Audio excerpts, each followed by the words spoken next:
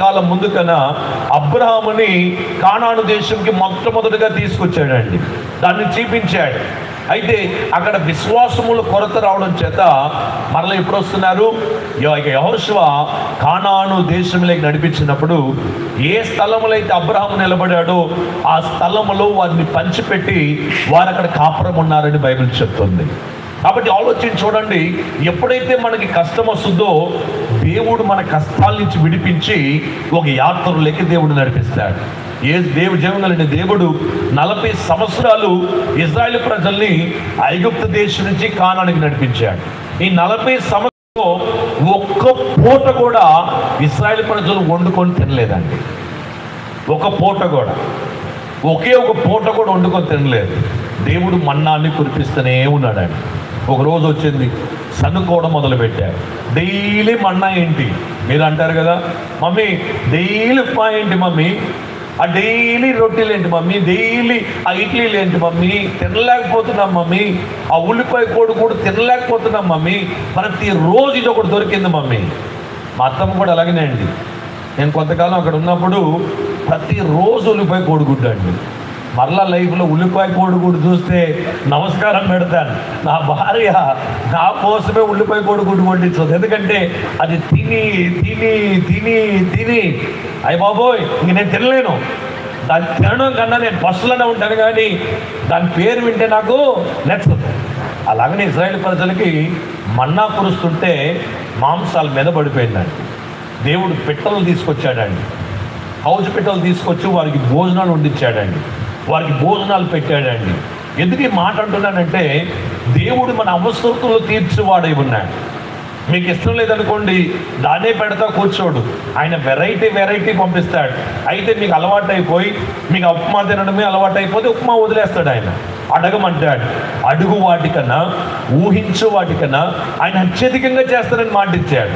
అడగని వారికి ఆయన చేయడండి. అడుగు వారికి ఆయన అద్భుతాలు చేస్తాడు.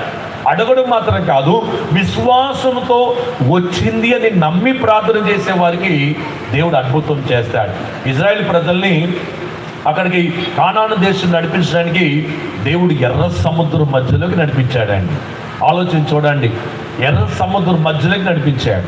వెనక ఫరో రాజు, ఎర్ర సముద్రం ఎదురుంది. అయితే దేవుడు ఎర్ర సముద్రం 2 పాయలు చేసి వాటి మధ్యలో నడిపించాడు. ఒకవేళ ఈరోజు సమస్యలు కూడా వెళ్తున్నావేమో, చాలా ఇబ్బందులు కూడా వెళ్తున్నావేమో, మీ వివాహం విషయం గురించి ఆలోచిస్తే ఇంక ఈ పెళ్ళి నిలబడదు, ఈ వివాహంలో నేను నిలబడలేను, ఇంత మట్టుకు చాలు, ఈ పోరాటాలు చాలు, ఈ దారిద్ర్యము చాలు, ఈయన్ని చేసే బదులు వేరే వాడిని చేసుకుంటే బాగును, ఈ అమ్మాయిని చేసుకునే బదులు వేరే వాళ్ళని చేసుకుంటే బాగును, ఈ పిల్లల్లా పుట్టారు చూడండి, వీళ్ళు కాకుండా ఆ పక్కింటి పిల్లలు పుట్టింటే బాగుని అనుకుంటున్నావేమో. దేవుడు సమస్య మధ్యలో దేవుడు ద్వారములు తెరవబోతున్నాడు. ఇజ్రాయేల్ ప్రజలండి, ఇటు చూస్తే మార్గం లేదు, ఇటు చూస్తే మార్గం లేదు. ఎందుకంటే ఫరో రాజు చంపేస్తాడు, వెనక్కి వెళ్ళినా చంపేస్తాడు, ఎడం వైపు వెళ్ళినా చంపేస్తాడు, కుడి వైపు వెళ్ళినా చంపేస్తాడు. ముందు వెళ్ళాలంటే ప్రాబ్లం ఉంది. ఏంటి? ఎర్ర సముద్రం. కొన్నిసార్లు అలాంటి ప్రాంతంలో దేవుడు మనం విడిచిపెడతాడు. విడిచిపెట్టిన తర్వాత మనకి సొంత ప్రయత్నాలు చేస్తాం. అన్ని ప్రయత్నాలు అయిన తర్వాత అప్పుడు దేవుని దగ్గరికి వస్తాం. అందుకని నేను మీకు ఇచ్చే మంచి సలహా ఏం తెలుసా? అన్ని ప్రయత్నాలకు ముందే దేవుని దగ్గర నువ్వు ప్రయత్నించు. దేవునికి స్తోత్రం కలుగును గాక. వారి దగ్గర వీరి దగ్గర మీరు వెళ్తే పని అవ్వదండి, మరి దేవుని దగ్గరికి వస్తే పని అవుతుంది. ఎస్తేరమ్మ గారికి యాక్సిడెంట్ అప్పుడు శామ్యూల్ రాజు గారు లాగానే శామ్యూల్ రాజు గారు వెంటనే ప్రాణం విడిచిపెట్టారని విన్నాను నేను. ఆ తర్వాత నేను అనుకున్నాను, అక్కడ ఉండే వాళ్ళు చెప్పారు, అయ్యా ఎస్తేరమ్మ గారు బ్రతకడానికి ఇంకా అసలు అవకాశమే లేదండి అన్నారు. మల్టీ ఫ్రాక్చర్, ఇంకా అసలు వారి ప్రాణముని ఉండదు అని. వారి బిడ్డలు ఏడుస్తూ ఉన్నారంట. అమ్మ నాన్న వెళ్ళిపోయారు, ఇప్పుడు అమ్మ ఏమవుతుందో తెలియదు.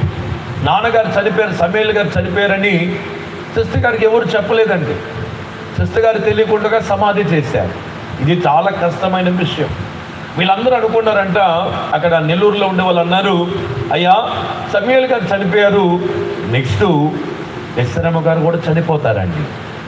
ఎప్పుడో ఉంది, విజయవాడకి తీసుకెళ్ళిపోతున్నారు, ఎప్పుడో ఉందండి, ప్రాణం ఆఖరి నిమిషంలో ఉందని చెప్పారండి. నేను అనుకున్నాను, ఏంటో ఇది పరిస్థితి, ఏంటి అని చాలా బాధపడానండి.